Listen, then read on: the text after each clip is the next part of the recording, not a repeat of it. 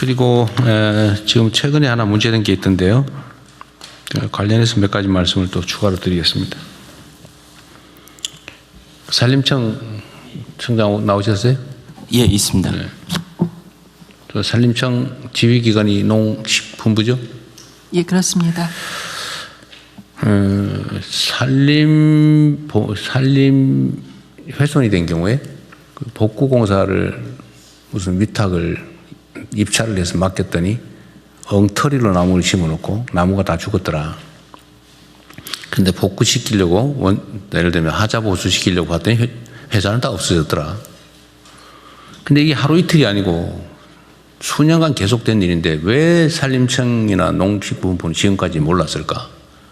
또 혹시 알고도 조치를 했는데 왜 조치 내용이 이렇게 부실했을까? 지금 어떤 언론에서 이걸 열심히 보도하고 있던데 하여튼 이 문제에 대해서는 하나의 사례죠, 사례. 그 얘기를 하자는 것만이 아니고 제가 얼마 전에 한 몇 주 전에 이런 얘기 한번 한 거 있지 않습니까? 각 부처 청 단위로 비정상의 정상화 과제들을 발굴하고 또 시정하고 필요하면 대책도 세우고 하라고. 우리가 지금 해야 될 일은 두 가지죠. 뭐 미래를 향해서 더 나은 비전을 만들고 정책을 만들고 일을 잘해 나가는 거 이거 중요하죠. 그런데 원래 하고 있던 일 중에서 제대로 못하고 있던 엉터리 또는 부실한 또는 효율이 떨어진 일들을 발굴해서 그건 없애든지 바꾸든지 해야 되겠죠. 그래서 그런 과제들 그런 아이템들을 좀 발굴을 해라 라고 했는데 잘하고들 계시겠죠? 대답이 없어요 별로. 예, 국조실에서 예, 네. 국무일차장입니다. 네네. 국조실에서 전부처 그걸 받아서 지금 총괄 TF에서 점검을 하고 있습니다. 네, 다 이미 다 받았어요? 네, 그렇게 빨리 되기는 어려울 텐데요. 그거 쉽지 않습니다. 이게 전에도 한번 말씀드렸지만 똑같은 걸 보고도 발견을 못해요. 보고도 모른다니까요. 제가 전에 예를 한번 들었잖아요.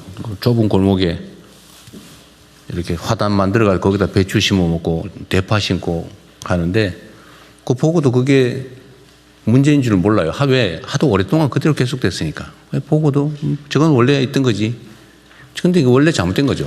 오래 방치됐다는 이유로 거의 정상이 될 수는 없는 거죠. 근데 이거는 다른 시각을 가지 않으면 잘 안 보여요. 원래 있던 사람은 그냥 당연히 있던 거니까 정상으로 보이죠. 시각을 좀 바꿔야 된다. 예를 들면 문제의식을 가진 사람들의 의견을 듣든지 아니면 현장을 솔직히 실제로 가보든지 아니면 전부 다 모여서 한번 정말 다 우리가 좀 비판적 시각에서 우리가 하고 있는 일들의 문제를 한번 찾아보자고 해서 다 털어보든지 뭐 어떤 뭔가 이런 기존에 해왔던 것과 다른 노력을 하지 않으면 안 보입니다. 열심히 하는데 다 헛스윙이에요. 그렇게 되면 안 된다는 거죠. 그래서 요거 시간을 제가 아까 비서실장한테 6월 중순 정도까지 해보는데 어쨌든 한 달 한 반 정도 지금까지 한 달은 됐을 텐데요. 그 사이에 좀 색다른 시각으로 좀 찾아보세요. 그러니까 이 산림청 같은 이런 일이 벌어지는 거예요. 이거 몇 년 동안 했는데 그건 넘어왔잖아요 지금. 왜 그걸 언론이나 소위 비판적인 야당 국회의원들이 자료 수집을 요구를 해서야 비로소 발견합니까? 제가 처음에 내가 취임 초에 이런 얘기 했잖아요. 야당에게 고맙게 생각해라. 언론에게 고맙게 생각하자. 왜냐하면 우리가 못 보는 것도 찾아주거든요. 그 전에 제가 이 지시도 나는데 나중에 한번 점검할 겁니다. 그 야당이든지 언론이든지 시민단체든지 무슨 전문가든지 지적했던 것들이 어떻게 시정되고 있는지 그 하고 계시겠죠 다들. 언제 지적된 건 이런 게 있다. 이런 게 있는데 이건 이렇게 시정했다. 이런데 시정을 못하다. 아니면 지적이나 보도가 이런 게 오히려 문제가 있다. 이렇게 해서 정리를 해야죠. 그냥 적당히 넘어가면 안 되잖아요. 원래 국정감사나 이런 데서 지적된 것은 그 결과 보고를 국회에 하게 돼 있죠 아마. 그러니까 나름대로 확인했을 겁니다. 근데 언론이나 민간에서 지적된 것 또는 민원의 형태로 제기된 거 이런 거를 체크했는지 잘 모르겠어요. 그래서 우리 막 정부에 연간 천수백만 건의 민원이 들어오잖아요. 그거 정말 보물창고 같은 겁니다. 그냥 귀찮아서 이렇게 하지만 뭔가 행정개혁을 하겠다, 좀 문제 있는 문제를 시정하겠다는 시각을 가진 사람 입장에서 그거 되게 고마운 거예요. 우리가 모르는 거 가르쳐 주잖아요. 우리가 존재하는 이유가 어쨌든 국민에게 더 나은 삶을 만들어주기 위한 거고, 나라의 주인이 국민이라면서요. 꼭 국민이 이런 개별화되어 있긴 하지만 이런 문제가 있습니다 지적하면 그게 개인적 이익을 추구하는 행위라면 난 모르겠지만 상당수는 구조적인 문제란 말이에요. 그건 고맙죠. 그걸 뒤져보면 우리가 해야 될 일이 잔뜩 들어있어요. 얼마나 좋아 그게. 보물창고 같은 거라니까요. 그 민원이라고 한 민원, 특히 집단 민원 이런 거 있잖아요. 저는 저한테 막 개인적으로 이거 문제입니다 라고 보내주면 제가 가끔씩 메시지로 밤늦게 보내잖아요. 여러분들한테. 그거 고맙더라니까요. 지적해 주니까. 내가 모르는 거 가르쳐 주는 거잖아요. 기회죠, 기회. 어쨌든 그런 새로운 좀 시각으로 각자가 맡고 있는 부처청이 맡고 있는 일들을 또 장관이나 이게 위원장이 다 알 수 없잖아요. 그거 알 수 없으면 다시 또 차관이든 실국장이든 또 과장이든 밑으로 내려갈 텐데 그 사람들한테도 제가 하는 얘기를 똑같이 나누면서 생각도 바꿔서 일선 실무자들까지도 내가 맡고 있는 일 중에 이거는 이런 문제가 있어. 적당히 넘어갈 게 아니고. 그래서 가장 말단에서 실무자가 제일 중요해요. 실무자한테 말을 하게 해야지. 말을 들어야죠. 그런 기회들 좀 많이 가지세요. 그래야 나라 살림이 바뀌죠. 우리가 무슨 기존의 다른 공직자들이 하는 거와 다른 완전히 무슨 초능력을 가진 것도 아니고 뭔가 더 나은 세상을 어떻게 만들어요. 우리가 특출한 능력이 있어서가 아니란 말이에요. 초인이 아니잖아요. 그냥 평범한 사람들이잖아요. 근데 더 나은 상황을 만들 수 있어요.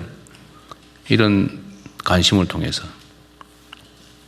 그래서 각자가 맡고 있는 좀 비정상적인 또는 비효율적인 일들을 최대한 찾아내서 그걸 교정하는 거예요. 손발이 좀 바쁘겠죠. 콩알 모으듯이 하자. 획기적인 한 방은 없다. 작아 보이는 일들을 많이 하는 거, 열심히 하는 거.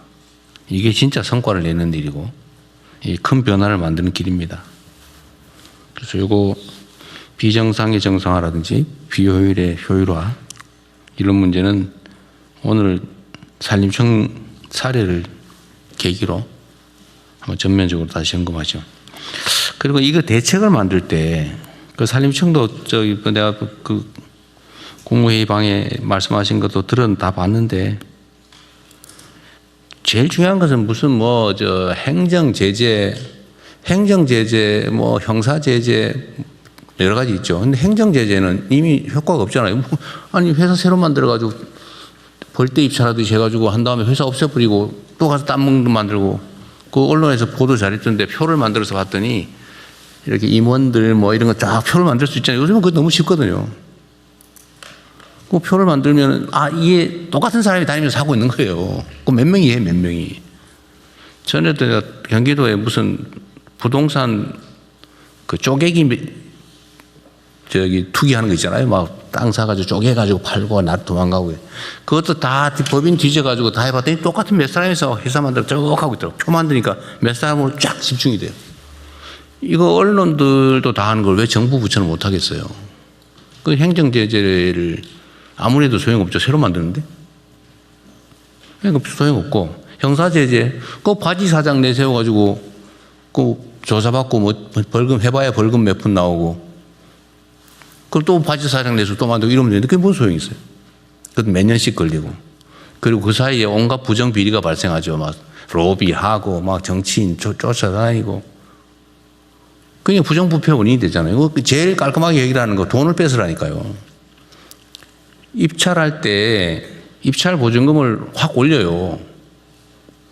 보증금을 확 올려가지고 낙찰된 회사를 다 뒤져요. 그 진짜 사무실이 있는지 직원이 있는지 페이퍼 컴퍼니인지 확인해가지고 만약 페이퍼 컴퍼니고 부정부패가 있는 기업이다 그러면 보증금 몰수한다고 해보세요. 그 누가 그 가짜 회사 만들어 입찰하겠어요.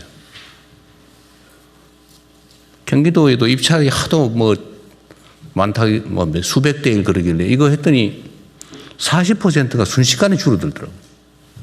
걸리면 돈 뺏기니까 이거 왜 하겠어요? 그거 아예 못하게 만들어 버려야지. 어쨌든 이런 것들도 좀 혼자 생각하면 쉽지 않거든요. 그래서 브레인스토밍을 자주 해야 돼요.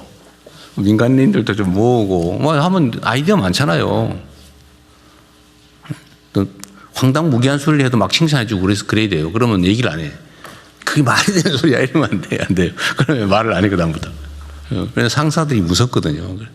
막 유인해가지고 격려해주고 쓸데없는 소리 하면 기발한데 이러고 칭찬해주고 그러면 얘기한단 말이에요. 그런데 거기에 보석들이 들어있습니다. 하여튼 경제적인 손실이 되게 하면 아무도 안 해요. 왜? 다 돈 벌려고 하는 거니까. 하여튼 실질적인 대책을 좀 만드십시오. 그리고 이게 행정에 대한 신뢰가 중요한데, 말하면 진짜 하더라. 이런 확고한 믿음을 갖게 해야 돼요. 말하고 흐지부지 하던데? 이렇게 하면 영이 안 써요. 그래서 말한 건 반드시 지켜야 됩니다. 저도 그 점은 분명하죠. 제가 시기가 언제인지는 모르지만 반드시 체크합니다. 전에 이거 한 거 어떻게 됐냐고. 물론 가끔씩 좀 늦어지는 경우는 있긴 하지만 여러분도 마찬가지예요. 뭐 당연히 잘 아시겠죠. 업무 지시하고 이러면 반드시 체크해야 됩니다.